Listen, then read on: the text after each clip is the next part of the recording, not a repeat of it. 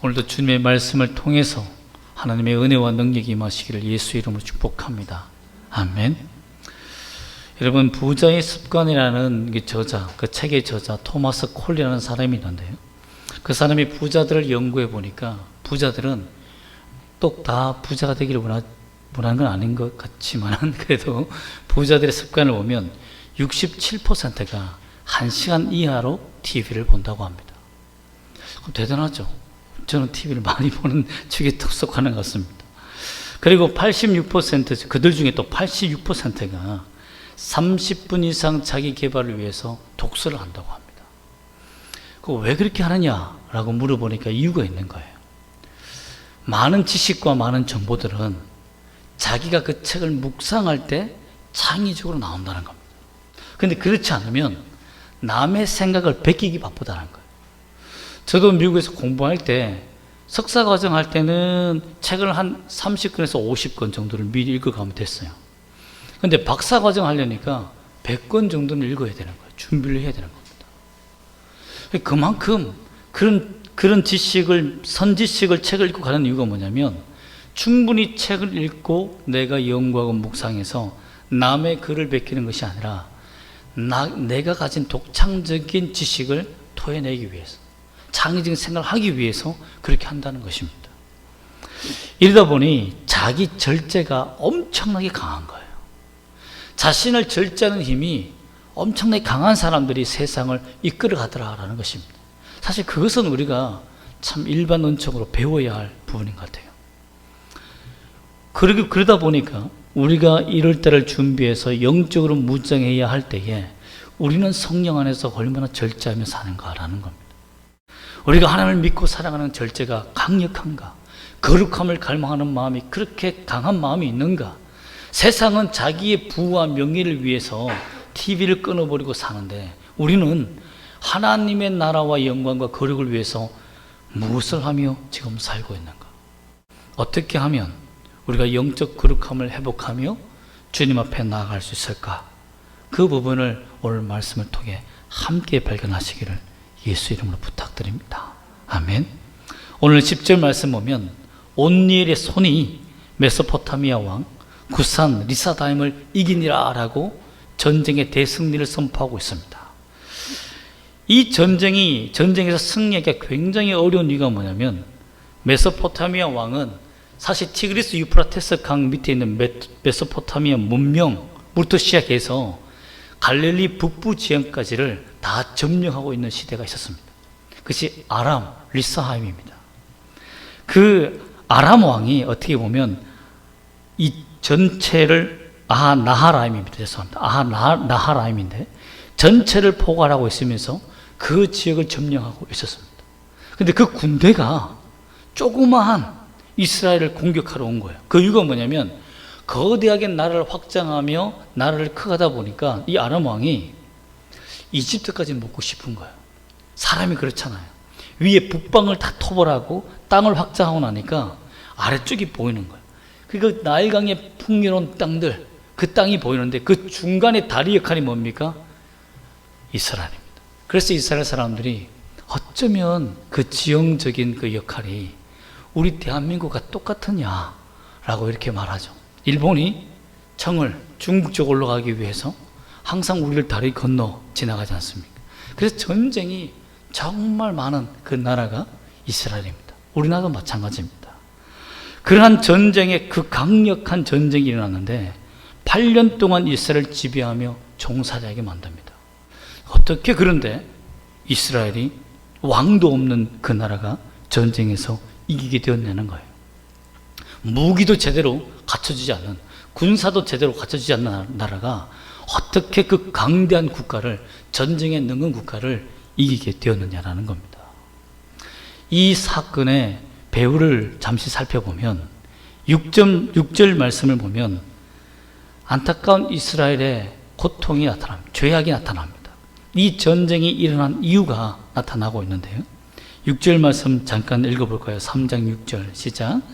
그들의 딸들을 맞아 아내로 삼으며 자기 딸들을 그들의 아들들에게 주고 또 그들의 신들을 섬겼더라. 이게 무슨 일이냐면 이스라엘 민족들이 가나안 문화에 살면서 하나님께서 가나안 땅 민족은 다 쫓아내라, 이렇게 멸하라 라고 명령하셨는데, 우리가 강하다 보니까 그들이 비굴하게 들어오는 그들 쫓아내지 않고 자신들의 노예로 삼아서 부리며 사는 거예요. 그 집에 노예가 한두 명 있으니까 얼마나 편합니까? 여러분, 만약에 집에 살림살이 해준 사람이 무료로 있다, 설거지 해주고 청소해준 사람이 있다 이러면 여러분 보내고 싶겠습니까? 그 좋은 삶이 보내고 싶지 않은 거예요. 그런 문화 속에 살다 보니까 마음에 드는 여자가 있고 마음에 드는 이방 남자가 있으니까 결혼하고 싶은 거예요. 그래서 자연스럽게 그들을 받아들이게 되고, 하나님이 금지한, 하나님을 섬기지 않는 자들, 즉 죄악에 물들어 있으면 하나님의 거역하며 우상을 숨기는 자들과 서로 결혼하지 말라, 이렇게 엄격하게 죄와 구별시켜 놓았는데, 아니면 하나님을 믿게 하고 결혼하든지 이렇게 했어야 되는데 그냥 결혼한 거예요. 이러한 부분들이 영적 역습당하는 꼴이 되어서 결국은 가나안 문화에 잠식당하게 되고 바알과 아세라 신을 허락하는 그러한 죄악을 범하게 되었다는 것입니다. 이렇게 되니까 7절 말씀에 어떤 일이 일어나게 됩니까? 7절 말씀 읽어볼까요? 시작. 이스라엘 자손이 여호와의 목전에 악을 행하여 자기들이 하나님 여호와를 어떻게 했다? 잊어버렸다. 그리고 뭘 섬겼다? 바알들과 아세라들을 섬긴지라. 아니, 하나님을 믿는 사람이 역전당하여서 오히려 이방신을 섬기고 있는 거예요. 어떻게 보면 좀 지나친 비유지만, 교회 안에서 불교인과 결혼했는데 내가 어느 날 보니까 절에 가서 빌고 있는 거예요. 예수 믿는 사람이 절에 가서 빌고 있으면 어떻게 되겠습니까? 절에서는 좋아하겠죠. 그냥 그런 상황이 생겼다는 겁니다. 여러분, 이렇게 하나님을 잊어버리는 세대가 되었다는 거예요. 여기서 잊어버렸다는 것은 하나님을 외면했다는 거예요. 얼굴을 돌렸다는 겁니다. 고의적으로 얼굴을 돌려서 잊으려고 했다는 겁니다. 즉, 이들의 죄는 그냥 망각의 죄가 아니고 고의적으로 하나님을 거역한 죄라는 거죠. 하나님을 따라 거룩하게 사는 것이 너무 싫은 거예요. 너무 힘든 겁니다. 하나님의 법을 따라 사는 것이 너무 힘든 거죠. 세상을 따라 사는 것이 얼마나 편한지 결국 하나님을 잊어버린 일이 생겼다는 겁니다. 또한 두 번째는 그들이 왜 가나안 땅에서 하나님을 잊어버리고 살게 됐냐면, 그 당시 모든 가나안 땅에 그들이 허용함으로 말미암아 가나안 문화가 독버섯처럼 쫙 퍼집니다. 그러다 보니 우상 숭배하는 자들이 장사하며 우상을 팔기 시작하는 거예요. 우상 숭배하는 사람들은, 그 당시 사람들은 이 펜던트처럼 요만한 것도 있고요, 이만한 것은 비쌉니다. 요거보다 작은 절반만한 것들을 들고 다니면서 품 안에 넣으면서 길가에 세워놓고 돌을 위에 세워놓고 막 절하고 경배하는 이런 문화예요. 그러니까 이것을 잘 깎아서 만드는 이런 세공업자들이 많아지는 거죠. 목공업자들이 많아지는 거죠. 석공도 많아지는 거죠. 이러다 보니까 그들과 함께 교류해서 사업을 해야 되는 거예요, 이스라엘 민족 사람들이. 그러니 그들이 갑이었을 때는, 이스라엘이 갑이었을 때는 내 거 사 이러면 되는데, 문화가 대역전당하면서 세속적인 문화가 많아지니까 어떻게 됩니까? 하나님의 사람이 세상 사람들에게 비굴하게 빌어야 되는 거예요. 사업을 해달라, 교류를 해달라. 그러니 어떻게 되겠습니까? 고객에 입맞추는 사람들이 된 거죠.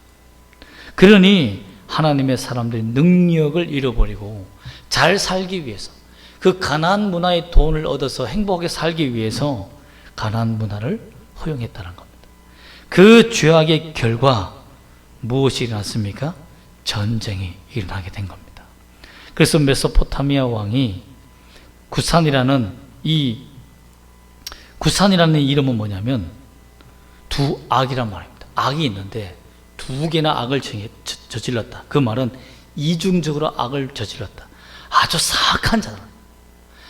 그러니까 그 당시에 가장 사악한 왕, 다른 나라도 많은데 가장 사악한 왕을 골라서 하나님이 전쟁을 일으켜 그들을 멸하게 하셨다는 겁니다. 참 너무 가슴 아픈 일 아닙니까? 이것만 보아도 얼마나 이스라엘의 죄악이 컸으면 하나님께서 그 전쟁이 일어나도록 허락하셨을까요? 8절에 보면 8절 말씀 한번 읽어볼까요? 8절 말씀 시작. 여호와께서 이스라엘에게 진노하사 그들을 메소포타미아와 구산 리사다임의 손에 파셨으므로 이스라엘 자손이 구산 리사다임을 8년 동안 섬겼더라. 몇 년 동안 섬겼더라고요? 8년 동안. 나라를 잃어버리고 그들이 갑이었어요. 이스라엘 민족이 원래 주인 아니었습니까? 가나안 땅에. 그런데 문화가 역전되고 사업이 역전되면서 이제 나라까지 역전되어 구산 리사다임 왕의 8년 동안 노예로 살게 됩니다. 여러분, 주인으로 살다가 막 설거지해, 청소해, 소 키워 이렇게 하다가 자신이 그런 일을 하면서 사는 8년 동안의 삶을 살아보십시오. 여러분, 손에 물집 다 잡히고 잠도 못 자고 행복한 삶을 다 잃어버리니 얼마나 비참하고 고통스러웠겠습니까? 얼마나 비참하고 고통스러웠으면 고의로 잊어버렸던 하나님을 다시 생각해서 하나님을 부르짖습니다. 그것이 9절 말씀에 나타납니다. 9절 말씀 보면 이스라엘 자손이 여호와께 부르짖었다라고, 통곡하며 부르짖었다. 하나님 살려달라고. 그제서야. 그전에는 세상의 방식, 세상의 이익을 얻기 위해서 세상 사람들과 어울려 잘 살다가 이제 망하여 꼬꾸라지니까 하나님 생각났다는 겁니다. 여러분, 너무나 가슴 아프지 않습니까? 우리의 삶의 형편 때문에 혹시 하나님을 조금씩 멀리하고 계십니까? 하나님의 생각, 하나님의 방법이 아니라 인간의 방법을 선택하고 살고 있지는 않습니까? 여러분, 이러한 삶에서 어떻게 하나님만 다시 발견하고 하나님을 붙들고 살아갈 수 있는 믿음을 회복할 수 있을까요? 그것은 우리의 의로, 우리의 노력으로, 우리의 집중력으로 되는 게 아닙니다. 참 안타까운 일이죠. 회개는요, 하나님이 주셔야 가능합니다. 그 말씀이 3장 1절과 4절 말씀에 나타납니다. 다시 한번 3장 1절과 4절 말씀 읽어볼까요? 제자, 여호와께서 가나안의 모든 전쟁들을 알지 못한 이스라엘을 시험하려 하시며, 4절, 남겨두신 이 이방 민족들로 이스라엘을 시험하사 여호와께서 모세를 통하여 그들의 조상들에게 이르신 명령들을 순종하는지 알고자 하였더라. 이 말은 무엇입니까? 하나님께서 회개의 기회를 주시고자, 죄악된 삶을 멈추고자, 더럽고 추악한 삶을 더 이상 살지 말라고 멈추고자 하나님이 전쟁을 발발시켰다는 거예요. 이 계획 속에 있었다는 겁니다. 어떤 사람은 와, 전쟁이라면 무섭고 정말 우리가 죄의 징벌로 받는 거 아니야? 그것이 하나님의 목적이 아니라, 자녀를 때리고자 하기 위해서 전쟁을 주신 것이 아니라 하나님을 기억하게 하고 돌아가게 하며 회개할 수 있는 기회를 얻게 하고자 하나님이 전쟁을 주셨다는 겁니다. 8년 동안 고생하고 나니까 정신 차린 거예요. 완전히 자신의 힘으로 살던 그 모든 것들이 다 무너지고 다 빼앗기고 하나님이 주신 모든 기업들을 다 잃어버리고 난 다음에야 누굴 찾게 됩니까? 하나님을 발견하게 됐다는 것입니다. 여러분, 그러므로 우리가 어떻게 해야 됩니까? 하나님 우리에게도 이렇게 맡기 전에 회개의 기회를 주시옵소서.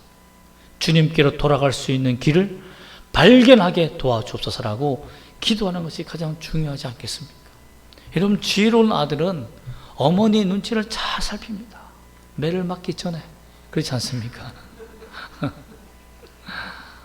어리석은 자식들이 욱 하고 대들다가 항소개구리처럼 욱 하다가 이렇게 맞죠. 잡아먹히지.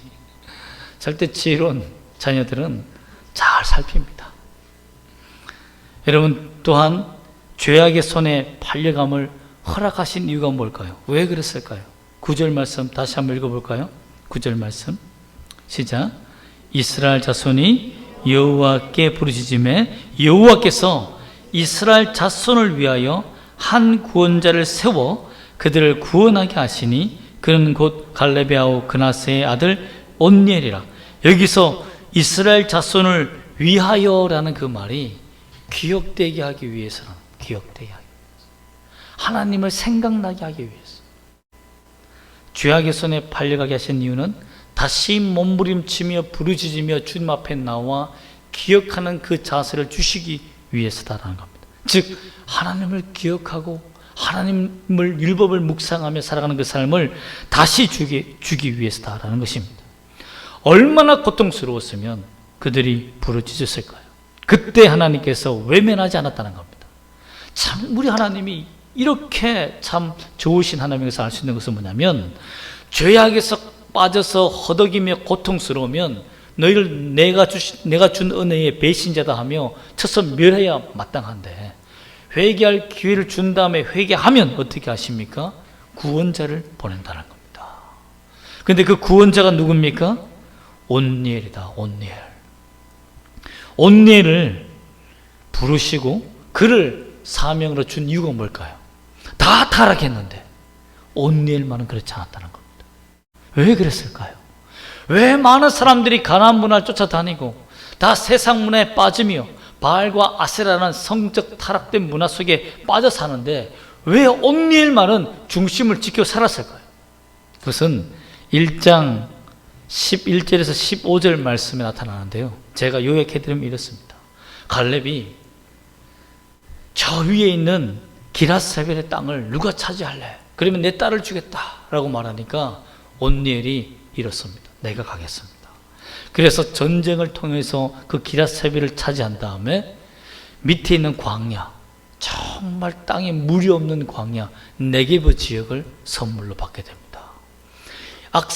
딸 악사가 얼마나 기가 막혔으면, 그 땅이 얼마나 물이 없었으면, 아버지 샘을 주세요.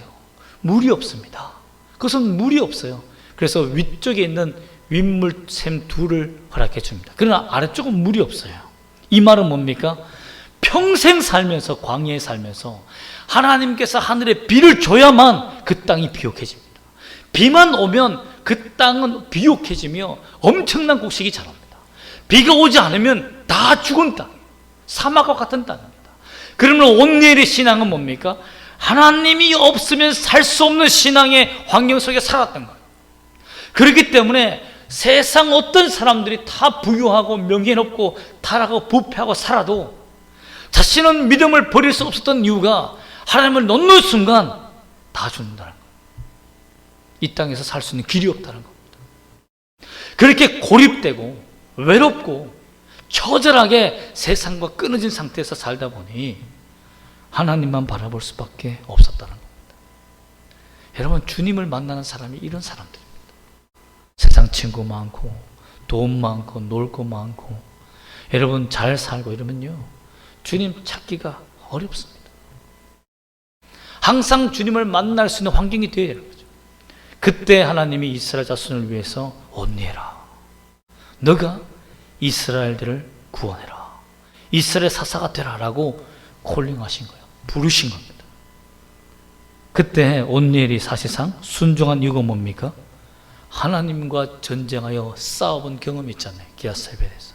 그래, 어떤 강력한 적도 아낙자손도 내가 2m가 넘고 그 키가 장군한 장군도 하나님의 능력으로 이겼는데, 이 메소포타미아 왕 아무것도 아니다, 하나님이 역사하시면. 그걸 경험했기 때문에 하나님, 제가 순종하며 가겠습니다. 그 말이 다 생략되어 있지만 그렇게 해서 나오게 된 겁니다. 그때 하나님이 그에게 무엇을 부어주셨습니까? 10절 말씀 읽어볼까요? 시작. 여호와의 영이 그에게 임하셨으므로. 여호와의 영이 그에게 임하셨으므로. 이 말은 뭡니까? 순종하며 주님 앞에 거룩하게 살았던 그가 하나님의 부르심에 순종하여 하나님 이스라엘을 위해서 싸우겠습니다, 이 죄악된 세상을 변화시키고 거룩한 땅으로 만들기 위해서 내가 주님께 쓰임받겠습니다 라고 거룩한 손을 들고 나올 때 하나님이 성령을 부어주셨다는 겁니다. 그래, 내가 너를 도와주겠다. 여러분, 그렇습니다.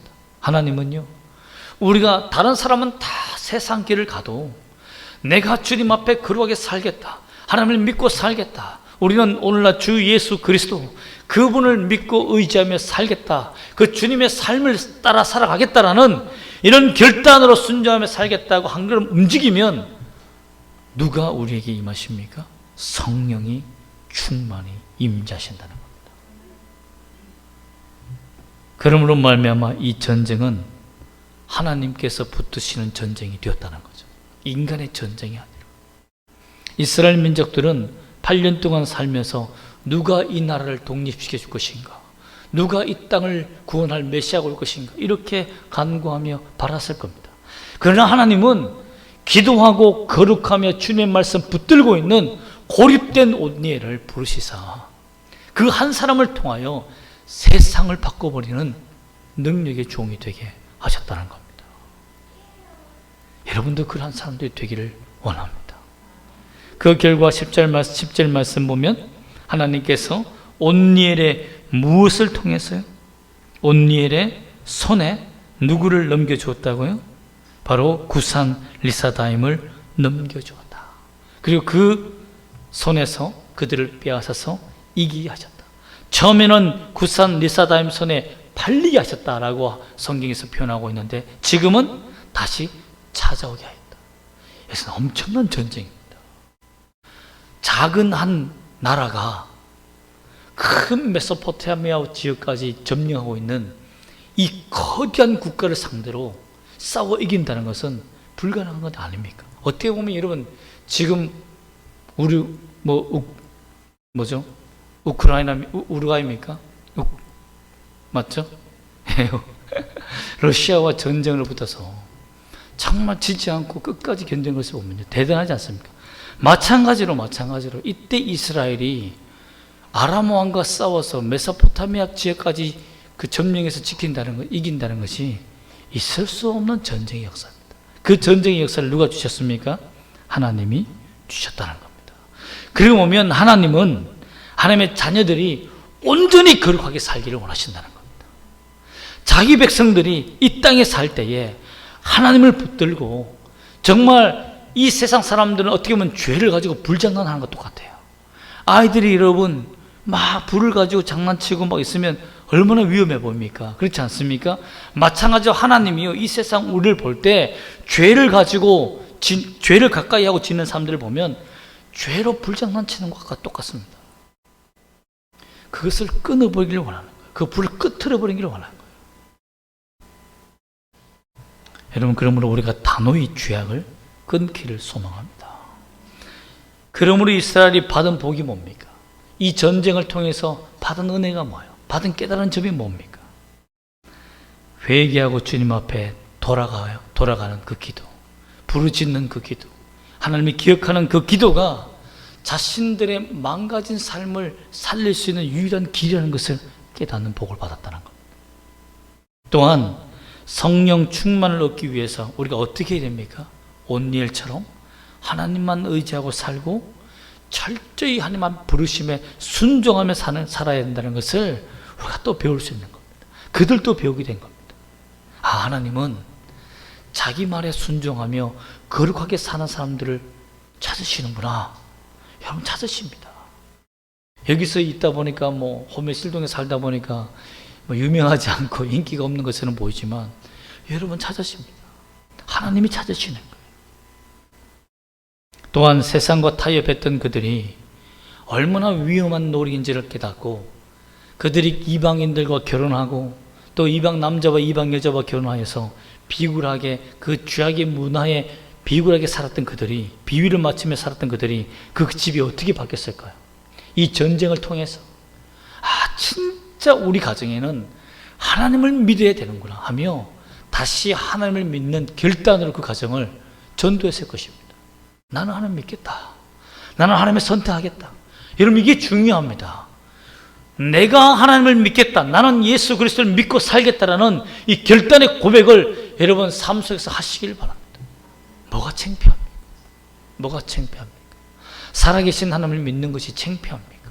주 예수 그리스도를 만나 그 구원의 기쁨을 누리며 사는 이 마음을 모르는 사람들 앞에서 나는 예수를 만났다는 그 기쁨을 가지고 나는 그리스도다라고 그리스도인이다라고 선포하는 것이 무엇이 창피합니까? 여러분 그 고백을 하시는 것이 은혜요 복이라는 것을 믿기를 소망합니다. 그러므로 여러분 하나님의 자녀가 잘못됐을 때 우리를 치시는 그 하나님의 손이 잘못됐습니까? 우리가 죄악에 빠져 허덕일 때 그 자녀를 건지기 위하여 하나님께서 전쟁을 일으키시고 재앙을 주는 것이 잘못입니까? 우리가 부모로서 자식이 잘못되었을 때 그들의 매를 대며 정말 바른 길로 인도하는 그 부모의 노력이 잘못된 것입니까? 결단코 그렇지 않습니다. 우리도 그것을 알면서 왜 하나님이 나를 죄악에서 돌이키기 위해서 치시는 그 매에 대해서 불평하십니까? 여러분, 하나님은 선하신 손길이라는 것을 믿으시기를 소망합니다. 여러분, 순종은 하나님의 손을 붙잡는 것입니다. 여러분, 구사 리사 다임에서 구산이라는 말이 제가 뭐라고 했습니까? 이중적으로 악하다라는 거예요. 이 말은 뭐냐면 세상에서 성공하기 위해서는 어떤 짓이라도 하는 사람이라는 겁니다. 얼마나 악한지, 그가 그 땅을, 그 나라를 정복하기 위해서 배신과 수수와 금모술수와 살인과 온갖 방법을 통해서 그 나라를 통치했다는 거예요. 그래서 구산이다라고 세상 사람들이 비난하는 겁니다.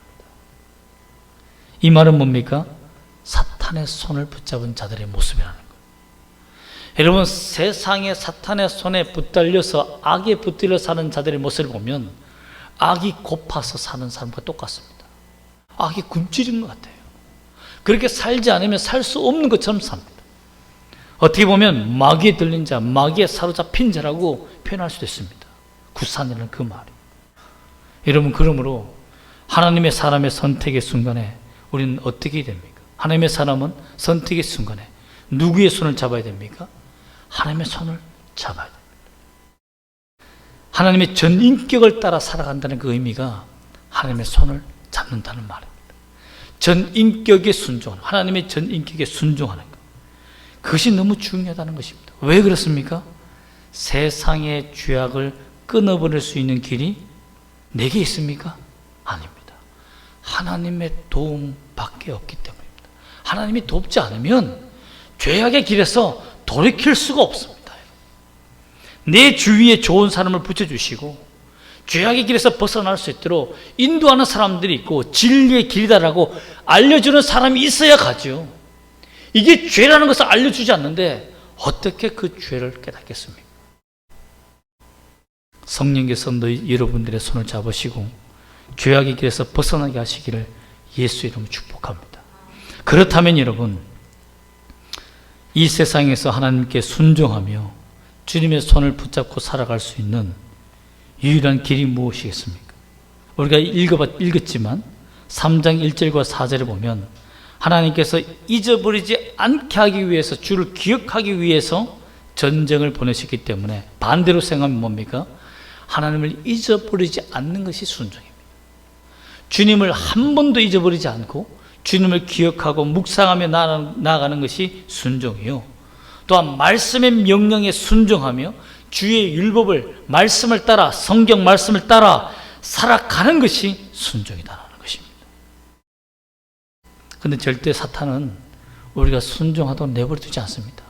너 주의 말씀 따라 산다고 살아봤더니 잘 되었어? 하며 가장 어려울 때 이 속상의 말을, 멘트를 던집니다. 그래서 넘어지는 거예요. 내가 잘 나갈 때는 그런 말 던지지 않습니다.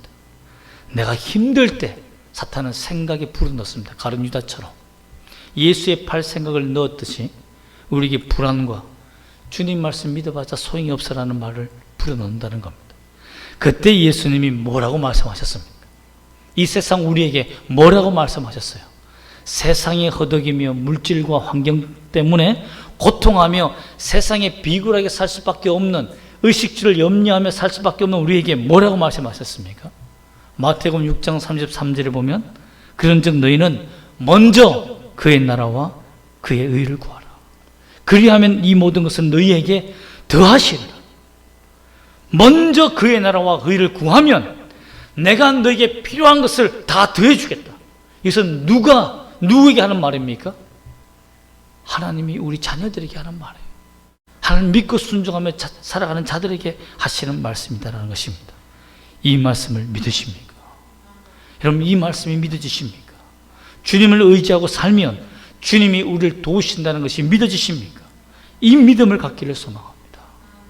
사실 저도 참 2022년은 분주하게 살았습니다. 그러다가 늘 제가 PPT에 올렸던 영상이 하나 있었는데, 사도신경 할 때 항상 뒤에 메인 화면으로 쓰는 그 영상인데 그게 갑자기 내 눈앞에 너무 크게 와닿는 거예요. 그래서 제 컴퓨터 화면에도 바뀌었는데요. 그게 뭐냐면 포즈입니다. 멈춰라. 더 이상 아무것도 하지 말고 하나님 앞에 멈춰라 라는 말씀이 있습니다. 그 문구가 있습니다. 내가 먼저 뭘 하려고 하기 전에, 내 힘으로 무엇을 하기 전에 하나님께서 주시는 그 은혜에 순종하겠다는 마음을 먼저 갖는 것이 중요합니다. 내가 주님 앞에 기도하고 주님 앞에 나가고 예배하는 목적이 뭡니까? 내가 잘 되기 위해서입니까? 잘 살기 위해서입니까? 아닙니다. 우리가 주님께 나가는 목적은 주님과 친밀한 친구가 되기 위해서예요. 그게 목적입니다. 그게 목적입니다.